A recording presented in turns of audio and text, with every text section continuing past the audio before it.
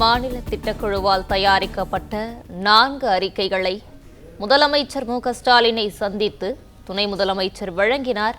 இதுகுறித்தான கூடுதல் விவரங்களோடு இணைகிறார் நமது செய்தியாளர் ராஜகுமரன். வணக்கம். இது குறித்தான கூடுதல் விவரங்களை பகிரலாம். மாநில திட்டக்குழுவால் தயாரிக்கப்பட்ட 4 அறிக்கைகளை முதலமைச்சரிடம் துணை முதலமைச்சர் உள்ளிட்டோர் வழங்கியிருக்கின்றார்கள். அதன்படி தமிழ்நாட்டில் பயன்பாட்டில் இல்லாத சுரங்கங்களில் மறுசீரமைப்புக்கான சாத்தியக்கூறுகளை மதிப்பீடு செய்வதற்கான ஆய்வறிக்கை ஒன்று சமர்ப்பிக்கப்பட்டிருக்கின்றது.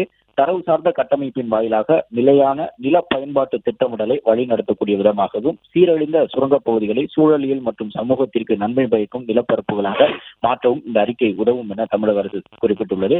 குழந்தைகளின் ஊட்டச்சத்து, அதில் இருக்கக்கூடிய சவால்கள், தீர்க்கக்கூடிய யுக்திகள் எல்லாம் சொல்லப்பட்டிருக்கின்றன. குழந்தைகளுக்கான அந்த ஊட்டச்சத்தை மேம்படுத்துவதற்கும் ஊட்டச்சத்து குறைபாட்டை எதிர்த்து போராடுவதில் மீள்திறன் கொண்ட சுகாதார அமைப்புகளை உருவாக்குவதற்கும் இந்த அறிக்கை உதவப் போகும் என்று தெரிவித்திருக்கின்றார்கள்.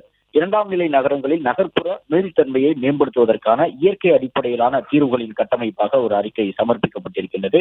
அதன்படி அந்த சிறப்பு திட்டங்கள், மாநில இயற்கை சார் தீர்வு மையம் நிறுவுதல் உள்ளிட்ட 10 அம்ச ஆலோசனைகள் அதில் முன்மொழியப்பட்டிருக்கின்றன.